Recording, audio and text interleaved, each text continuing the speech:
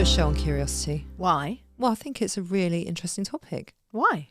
Because it's something that people might not think about as related to their wellness, but actually it is. Why are you interested? Okay, I see what you're doing. Being curious. Yeah. Nice. Let's just get on to the show, shall we? And we'll find out. I'm Nicole Goodman. And I'm Laura Mishcon, and this is still the Self-Care Club. Albert Einstein said, "I have no special talent. I am only passionately curious." Once upon a time, an ingenious early human channeled inspiration and figured out how to start fire, humankind's first invention. This led to spears, language, cars, the printing press, space travel, TikTok, and so on. Each incredible invention came from a desire to seek out new knowledge. It's a special spark that we all have, and it's called curiosity. The entire animal kingdom is curious. Every animal seeks information about their environment so they know how to navigate it. It's why our sensory organs exist, to supply the brain with information that helps you understand your environment and make better choices. But when does information seeking become curiosity? The difference is in the motivation. Seeking knowledge because of an external motivation, like a school essay, doesn't qualify as curiosity, but seeking knowledge because you're motivated, because you just want to know the answer, that is curiosity. So when something piques your curiosity, like an unexpected noise from the garden, your brain enters what's called the curiosity state. First, the parts of the brain that are sensitive to unpleasant conditions light up. This shows that you're a little bit uncomfortable because you recognise you're lacking in certain knowledge. Then, the parts of your brain responsible for learning and memory kick into high gear so you can learn and remember what you've learnt more efficiently. At this point, you're primed to begin your search for answers. And when you actually begin learning the new facts in your curiosity state, your brain rewards you for being curious and pursuing it and floods you with dopamine, making you feel happier. Wow, that's very interesting. It's so clever. This increases the likelihood that you'll try and satisfy your curiosity again in the future. And this lines up with why early man was curious. It helped them survive by figuring out the best caves for shelter and the best plants to eat and so on. Yeah, and I would imagine it's survival, isn't it? Absolutely. And we don't actually need it for survival anymore, but it still lights us up and makes us carry on being curious. There are two distinct types of curiosity that we can express. The first is called epistemic or cognitive curiosity. A bit like, have you ever gone down a rabbit hole of clicking articles online? Oh, yes. We've all done that. Or heard a song and found yourself Googling the band? Yeah, or actors in a film always do that. Always. What's he been in? Google. Missed the plot. Literally every single time. I'm like, what's he been? And Adam never knows. In the 18 years that we have been watching TV together, he has never spotted an actor. Yes, never. And then always he always seems really surprised when he sees other actors in different things. Yeah, as if like that's not their job. So he'll be like, is that Helen Mirren? It's like, yeah, mate, yeah, she's quite a busy jobbing actor. She does other things, not just one show. He's always surprised. Ollie doesn't know the name, but he'll always go, "Oh, it's her. She played the lesbian policeman in The Thing where the daughter died." And you're like, "Oh my God, yes, she did." He always remembers the other character they were, but doesn't know their name. Right. Quite handy, but not really handy.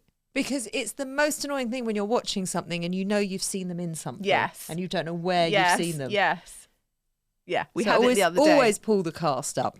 But you know, on Amazon, it pulls the cast up for you. Well, if you press pause, it shows you the actors in each it's scene. Absolutely brilliant. So handy. So handy. Yeah. Netflix really need to get on that one.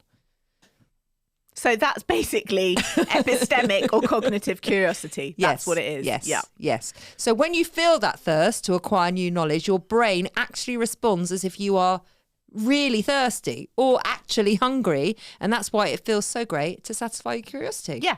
Yeah. The second type of curiosity is empathic curiosity. Human life is built on relationships and interactions between people, and empathic curiosity is the drive to know more about what other people think and feel. So when you're in comfortable social situations, your curiosity state is especially pleasurable, and that's when your dopamine releases in high levels. Scientific research has found that nurturing your curiosity can make you smarter and open to new experiences. For children and adults, curiosity has been linked with psychological, emotional, social, and even health benefits, like physical health benefits. It makes your mind active instead of passive. Curious people always ask questions and search for answers. Their minds are always active. The brain is a muscle which becomes stronger through continual exercise, and the mental exercise caused by curiosity makes your mind stronger and stronger and stronger. So clever. Curious people are happier. I was really surprised by that fact. Well, research has shown that curiosity to be associated with higher levels of positive emotions, lower levels of anxiety, more satisfaction with life, and greater psychological well-being. That is unbelievable. I know. And curiosity also boosts achievement and increases your ability to learn and retain information. Well, that makes sense, doesn't it? Studies reveal that curiosity leads to more enjoyment and participation in school and higher academic achievement, as well as greater learning, engagement, and performance at work. It may seem like common sense, but when we are more curious and interested in what we are doing, it's easier to get involved, put more effort in, and do better. Yeah, basically. sure, because you feel really involved in the subject, so you're going to enjoy it more, aren't you? You're open to more possibility when you're curious, aren't you? It's also really good for our personal growth. It can expand our empathy. When we're curious about others and we talk to people outside our usual social circle, we become better able to understand those with lives, experiences, and worldviews that are different from our own, and it helps to squash any stereotypical views that we might hold. It also helps to strengthen relationships and build closeness. One study asked strangers to pose and answer personal questions. This is called reciprocal self-disclosure. And the research found that people perceive individuals who are curious as more attractive.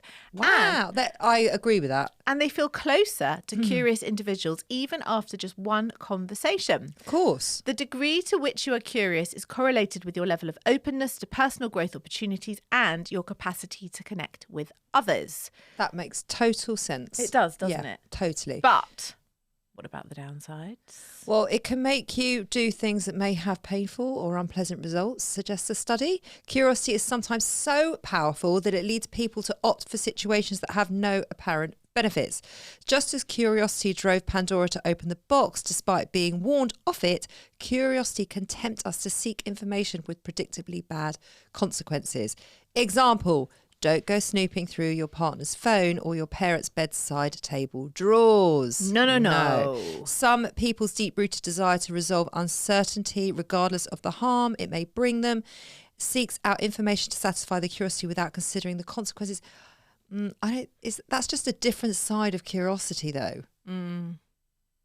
They just want to know. They want to know. They want to know, and they don't really care if there's harm. But I also think that's seeped in something else: paranoia, worry, concern. A lot of negative stuff is going on around that. It's not just curiosity. I don't think it's plain sailing curiosity.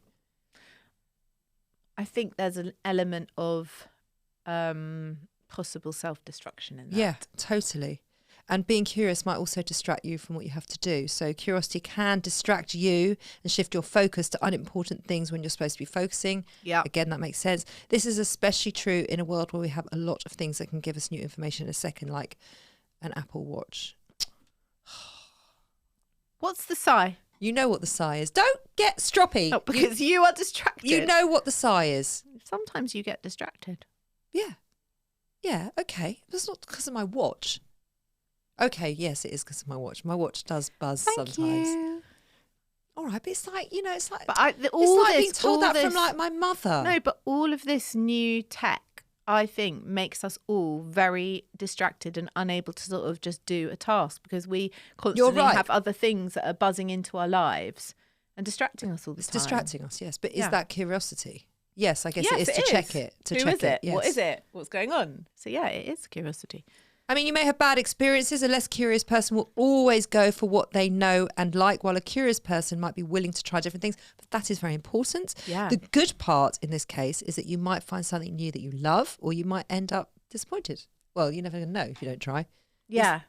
So, for example, like ordering a new dish on a menu. Yeah. Would you do that? If you were somewhere and you were like, I don't know if I'm going to like this or hate it, but I'm just going to try it.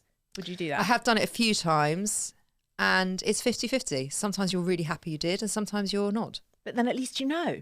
So I'd rather. At least you know, but then when you want a really nice meal and then it just messes up. I know. But It's in disappointing. on the day it's disappointing, but in the long term, I'm always happy that I know now. And you don't do it again. Or you do it again if you like it. What if you like being disappointed? No, if it turns out that you love this new thing you've never tasted Or sometimes before. I'll try something on the menu and I think that's not something I would ever order, but I'm going to order it. I always do that. Do you? Especially if I don't want to cook it or feel like it would be very difficult to cook. That's the thing I will pick. The thing I can't or won't have at home. Because that, for me, is like the fun of being out. Yeah, I see that. But you cook everything. Not everything, but most things. So the other thing about curiosity is it might be a bit annoying. There is a fine line between making someone feel good when you ask a question and annoying them. Like I am today with you. I'm annoying you today. You're not asking me lots of questions. No, I'm just generally annoying you. But this But leads... if I was asking you lots of questions, you would find that annoying today. I wouldn't from you. But this does lead us to a very important question. What is the difference between being curious And nosy. Yes. So in a nutshell, curious people are excited about knowing. Nosy people are excited about meddling. Or to put it another way, curious is quiet and nosy is noisy. Totally. Where were we the other day? Was I with you? And we bumped into someone and she was asking a million questions. I don't think you were with me. I was with someone, we bumped into someone, this is a really good story, and they just literally went from question to question to question to question to question to question to question. Mm. Oh, it was so annoying because it was so nosy. It was not curious at all. It was intrusive. Oh, no. Actually. And there is a big difference and you can tell that in the energy. Yeah. So curious is also wondering about something about another person. I wonder why she never had kids. She would be a great mum. That's curiosity. Being nosy crosses the line, but actually asking that person about a personal topic. Why don't you have kids? Oh, that'd be so awful. Yeah, that is not curious. That's just Rude. intrusive. It's so rude. Yeah. Well, that's exactly what I was pointing to. It's important to make sure you really know how to be curious to avoid being nosy. So we're going to give you some guidelines. Yes. Don't worry. So when you meet a new person, don't ask too many personal questions right away. This can come across as intrusive and off-putting. Also, if you're asking questions just because you want to know and not out of true desire to understand the other person and be open to their viewpoints, then don't ask. Correct. Basically, because that's just nosy. And if you are asking questions to put someone in their place, compare yourself to them to feel better about yourself, then just don't ask it. Oh, so if you're asking like leading questions. Oh, don't you go to the gym? Do you go to the gym? Oh, you don't? Oh, I go 6 days a week. That's not curious. That's just mean. That sort of thing. Oh, don't you cook your children you don't cook your children fresh dinners? You buy them ready meal. Oh, I do. I cook every day. Not nice. That's Mean. not remotely curious. That's judgmental and rude. Yes, agreed. So, our practice of the week is as follows. Ask the question, then question the answer. Example, please. So if I ask you, how was your evening last night? It was quiet, but okay. Was it okay? Tell me why it was quiet. I'm questioning your answer. So then I'm getting more information out of you. And then what do you get at the end of that? You get to understand more about me. And we get to connect. Okay. And I get to learn. And apparently that's really good for my wellness. Yeah. Of all the things that we just mentioned. The other thing is, next time you're going to be judged. Is that it? Was that it? Is that all we had to do? No, Amazing. No. There are 3 things. Ask the question, question the answer. That's 1. 2, next time you're about to be judgmental, reach for curiosity instead. And we've also done this on another show, which was a week of no judgment. We stepped into curiosity, so go check that one out as well. And the third thing is, next time you have a disagreement, approach it from a place of true curiosity. If you become defensive and you're unwilling to listen to the other person's point of view, you're much less likely to resolve it. By using curiosity, your defenses go down and productive conversations become possible. So that's what we did for a whole week. And I think we used that in how to have a difficult conversation as well. Yes, we did. Curious comes up a lot. How have we not done this before? You might not think it, like when I was starting this show and thinking about this show, I thought, I'm not sure this is really a thing, but it really is a big thing. It crops up everywhere, doesn't it? being curious. Yeah. How can you not think it's I funny? don't know. I'd never really given it That's sort me of being curious active. and not judgmental. I'd never given it active thought. Okay. What a good answer. How do you feel about curiosity? Are you I a was curious like- cat? I think I am quite curious, yeah. And I'm really good with people. And so I was fine about going into this week. What about you? I don't think I'm massively curious. I think I'm a little bit curious, but I would not describe myself as particularly curious as a person. I would describe you as cautious, Yes. True. which is going to come up in one of the examples for the week. Because we've actually got an example together, haven't we? We do. Where we can apply this whole practice to.